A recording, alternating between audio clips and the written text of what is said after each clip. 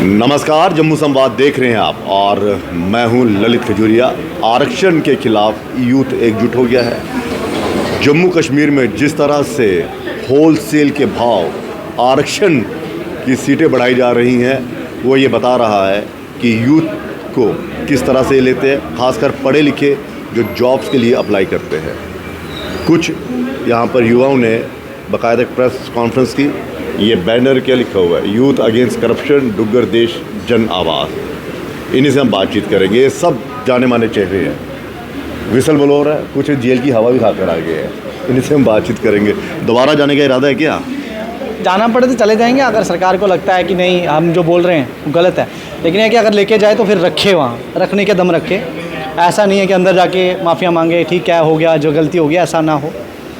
लेकिन ये जो है ये गलत है, जो इन्होंने किया है ये गलत है। और इसके खिलाफ बोलते हुए इन्होंने हमारे गले काटे हैं। जो कट गए हैं तो दोबारा ये हमें क्या ही कर सकते हैं। हमारा जो जाना था वो जा चुका है। अब बचाने की बारी है, तो उसके लिए अगर जो भी भुगतना पड़ेगा हम तैयार हैं, उसके लिए भुगतेंगे। लेकिन ये आरक्षण जो 60% दिख रहा है, लेकिन ये 60 नहीं है, ये 80-85 के आसपास चला गया है नौकरियों में। उसके बाद जो पीजी और यूजी के सीट्स जैसे नीट में है, इंजीनियरिंग कॉलेज में है, जम्मू यूनिवर्सिटी में है, बीएड कॉलेजेस में है, सब जगह पहले 50% तक लिमिट थी, लेकिन अब वो सारी क्रॉस करके ये 70 तक चले गए हैं।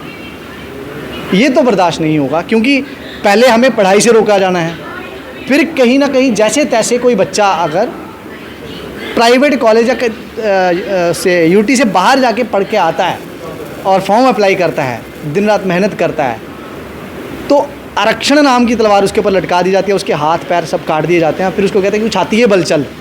तो ये नहीं होगा। 50% तक जो लोग पीड़ित हैं, शोषित वंचित जो हैं, उनको लंबे अरसे 70 साल हो गए अब तो लगातार उनको कोई ना कोई लाभ मिल ही रहा है। उस लाभ के बाद भी अगर और बढ़ाने की ज़रूरत पड़ रही है तो कमी सिस्टम में है ना। कमी सिस्टम में, और सिस्टम में भी नहीं है, इनकी जो सोच है उसमें कमी है। क्योंकि ये राजनीतिक लाभ, एक पार्लियामेंट्री कॉन्स्टिट्यूंसी, क्योंकि बाद में देखा वो 400 पार का नारा था, और यहाँ वाले जैसे अभी 50 पार, पहले 400 पार का था, वो फिर एक एक सीट काउंट करके किया था कि वहाँ आरक्षण दे देते हैं तो वो सीट आ जाएगी, यहाँ ये वाला काम कर देते हैं। उस राजनीतिक फैसले के चलते ये आरक्षण दिया था, और जिसमें गला काटा गया था जनरल कैटेगरी का। क्या हाल आपका? आप भी खाकर आए हैं मेरे को।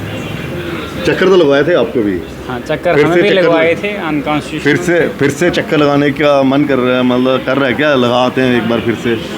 ये जो आरक्षण के खिलाफ आप बोल रहे हैं, कह रहे हैं कि जम्मू कश्मीर में आरक्षण बेहद ज़रूरी है, जिन्हें दिया जा रहा है वो इसके हकदार हैं। देखिए, जो हमारे फंडामेंटल राइट्स हैं, मैंने तब भी कहा था, आज भी कहता हूँ, जम्मू कश्मीर में जब से एब्रोगेशन 370 हुआ है, वोटिंग राइट हमारा फंडामेंटल राइट है। यहाँ पे असेंबली के इलेक्शन नहीं हुए। पॉलिटिकल रिप्रेजेंटेटिव जो हैं वो लोगों की बात रखते हैं, एडमिनिस्ट्रेटिव रिप्रेजेंटेटिव एडमिनिस्ट्रेशन का काम देखते हैं।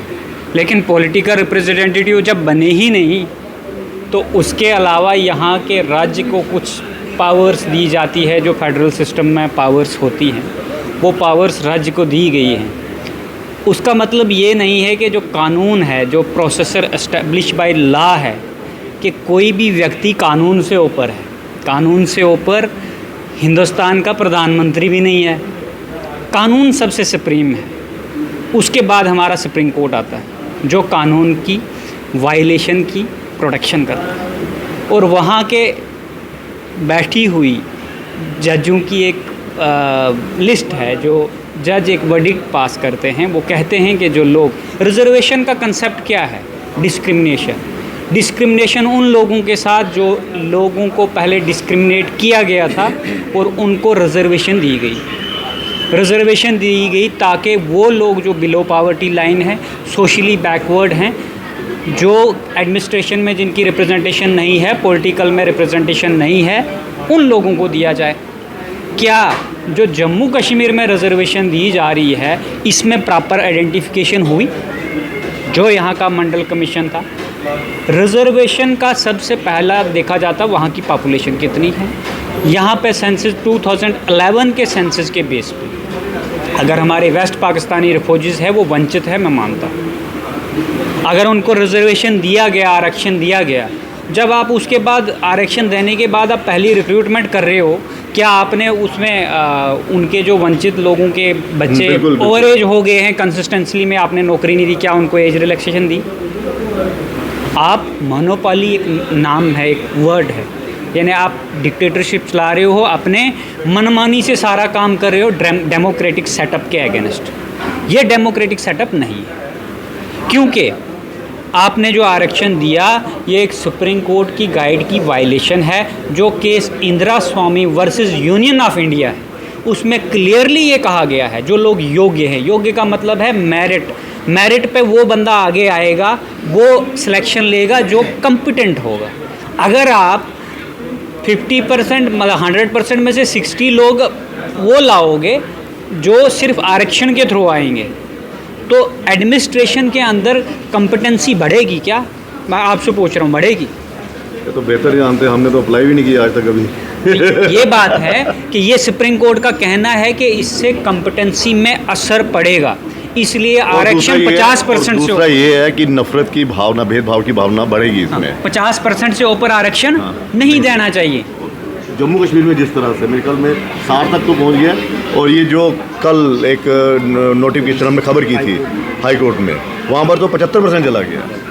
ललित जी, 2-4 बातों को मैं बड़ी शॉर्टली आपको बताना चाहूँगा। जैसे मेरे भाइयों ने बताया, कागज़ों में 60% रिजर्वेशन है, पर ऑन ग्राउंड ये 90% को क्रॉस कर रहा है। अच्छा। जैसे आप सबको पता है, कांस्टेबल की पोस्टों में 400 पोस्टें जो है वो ओपन मेरिट के लिए, पर ओपन मेरिट में भी बाकी लोग जो हैं वो अप्लाई कर सकते हैं। दूसरा, मैं इस बात को जो रिजर्वेशन का सारा मसला है अच्छी डिटेल में बताया, मैं इसको पॉलिटिकली आपको थोड़ा सा बताना चाहूँगा। ठीक है, देखिए, सेंटर ने एक सीट को मद्देनज़र रखते हुए राजौरी तक सीट को सेंटर से रिजर्वेशन 10% अनाउंस की। जैसे अनाउंस की, यहाँ पे प्रोटेस्ट होना शुरू हो गए। जब प्रोटेस्ट शुरू हुए, आनंद फानन में एलजी साहब ने कहा कि उनके साथ इंटरफेयर नहीं किया, आपको अलग से दिया जाएगा। जब अलग से रिजर्वेशन दी गई, सर, एक ऐतिहासिक नाइंसाफ़ी का फ़ैसला ये था।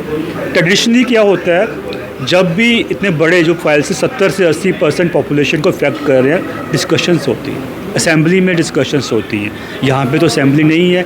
क्या एलजी साहब ने सिविल सोसाइटी को बुला के डिस्कशंस की? क्या एक बड़े पैमाने में इस फैसले की डिस्कस किया गया? क्या पार्लियामेंट में डिस्कशन हुई?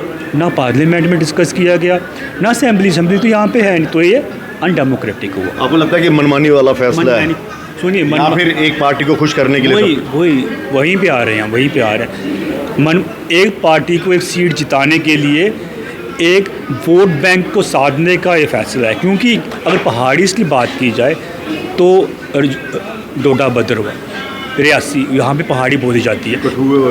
इनको वहीं पे पहाड़ी जो है ये जो वही भारतीय जनता पार्टी का जो पहाड़ी ज़िला है वो बिलावर है, तो उनको क्यों नहीं है? देखिए ललित जी, सिर्फ और सिर्फ पॉलिटिकली मोटिवेटेड फैसला है, और एक ऐसा फैसला जो जनरल कैटेगरी के बच्चों के गले काट रहा है। हम इनको ऐसे नहीं जाने देंगे। विंकल, आपको लगता है कि इस तरह के जो फैसले आते हैं आरक्षण को लेकर, हर पार्टी का एक माइलेज लेने की कोशिश की जाती है, वो बनना चाहते हैं, मसीहा बनना चाहते हैं, लेकिन क्या आपको लगता है कि इस तरह के फैसले जो है वो सोसाइटी को डिवाइड करते हैं? आप रोकते हैं, जिनको मिल रहा है वो कह रहे हैं आप हमारे रास्ते की रुकावट हो?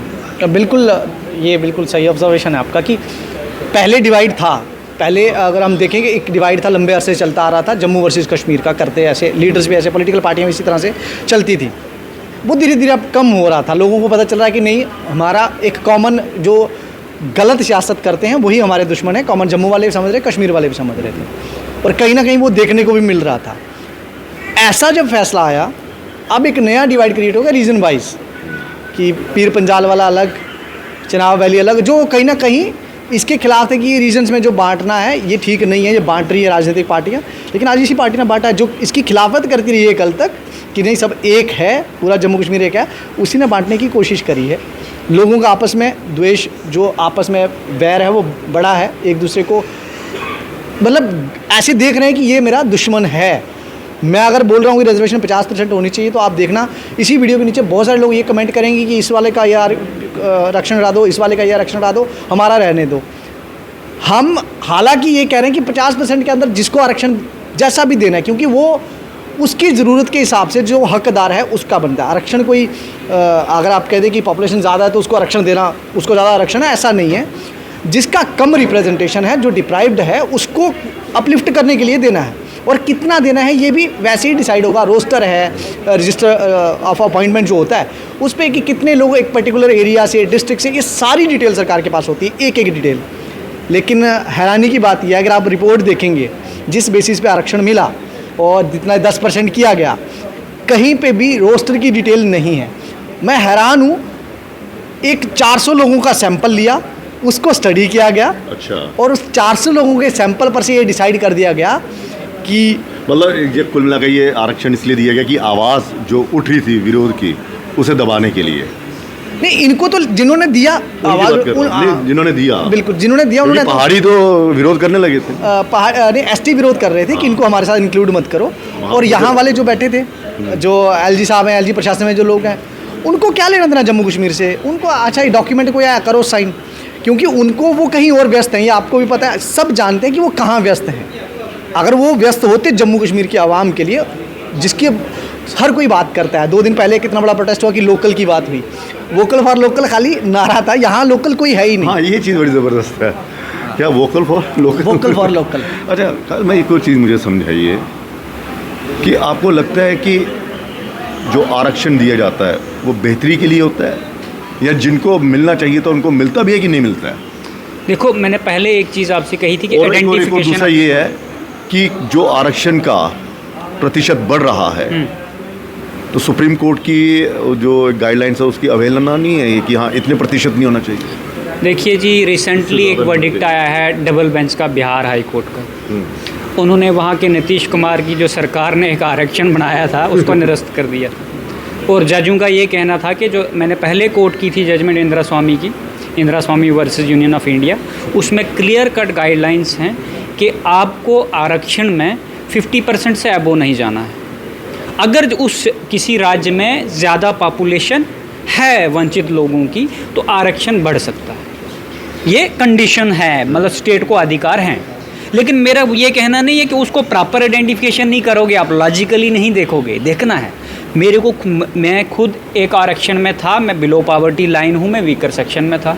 वीकर सेक्शन से निकाल के मुझे ओबीसी में डाल दिया गया, मुझे पता ही नहीं है। मतलब ये बात नहीं समझा मैं। आप नहीं समझे? मैं इससे पहले जर्नल कैटेगरी में था। अच्छा, जर्नल कैटेगरी से ये आवाज़ भी मैंने ही उठाई थी, ओबीसी कमीशन को लिखा था कि जम्मू कश्मीर में 72% रूरल एरिया है और रूरल एरिया में 20% आरक्षण दिया गया है, जिससे हम आरबीए कहते हैं, रेजिडेंशियल बैकवर्ड एरिया। लेकिन वो लोग, जम्मू कश्मीर का जो कॉन्स्टिट्यूशन है, यहाँ की स्टेट लेजिस्लेटिव असेंबली है, जब से ओबीसी का आरक्षण 27% आपने कर दिया है सेंटर में, लेकिन वो वंचित है यहाँ का अधिक, उनका फंडामेंटल राइट है आरक्षण, तो आपने उनको इंक्लूड क्यों नहीं किया सेंटर में? मेरा ये क्वेश्चन था। आपने हमें रिजर्वेशन दी अब ओबीसी की, तो हमें इकोनॉमिकल वीकर सेक्शन की, तो हमें उसमें भी इंक्लूड नहीं कर रहे हैं क्योंकि आपके पास आरबीए है। तो फिर आरबीए को सेंटर का वीकर सेक्शन दिया गया, स्टेट का नहीं दिया गया। अच्छा, ये चेंजेस हुई। लेकिन जो चीज़ मैंने बोली थी, जो 16 कास्ट, इन्होंने ओबीसी का एक बिल पास हुआ है, दूसरा एसटी का बिल पास हुआ है।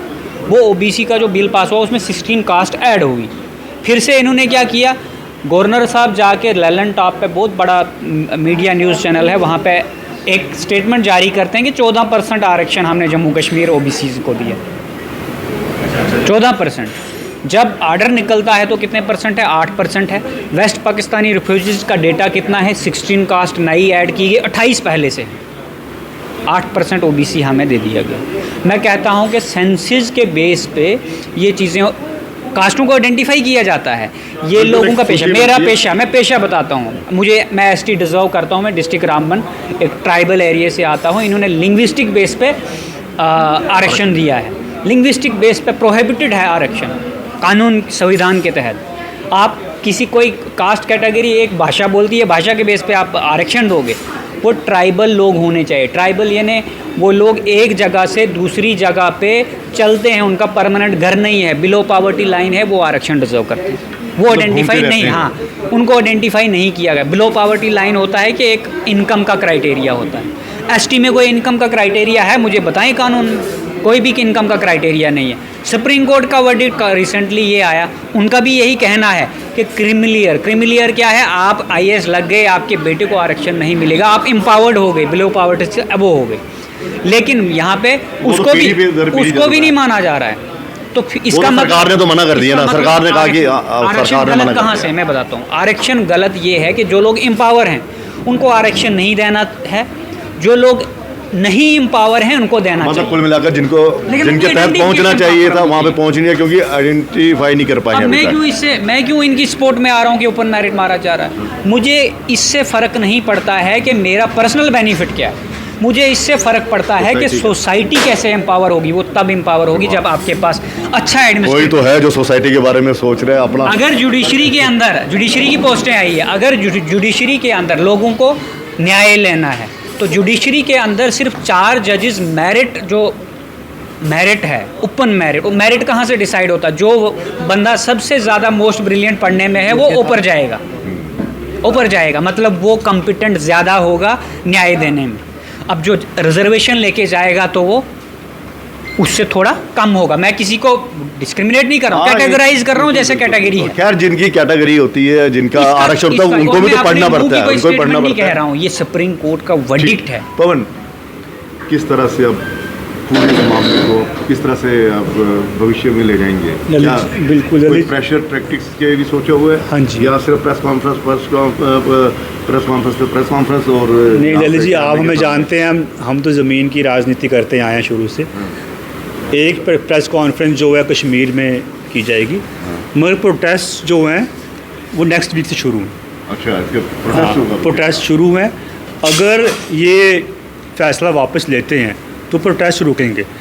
हम कह रहे हैं इनको, भारतीय जनता पार्टी के लीडर्स को कहते हैं कि आप बात करें, चुनाव अनाउंस होने से पहले आप ये फ़ैसला रिवर्ट कराएं।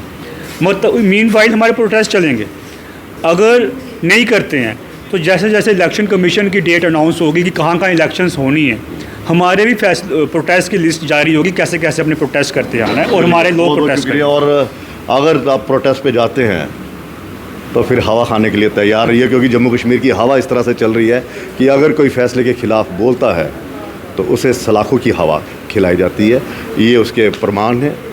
और अब देखना ये है कि किस तरह से इस आरक्षण के ख़िलाफ़ जो इन्होंने आवाज़ बुलंद की है वो कहाँ तक जाती है। फ़िलहाल बहुत बहुत शुक्रिया।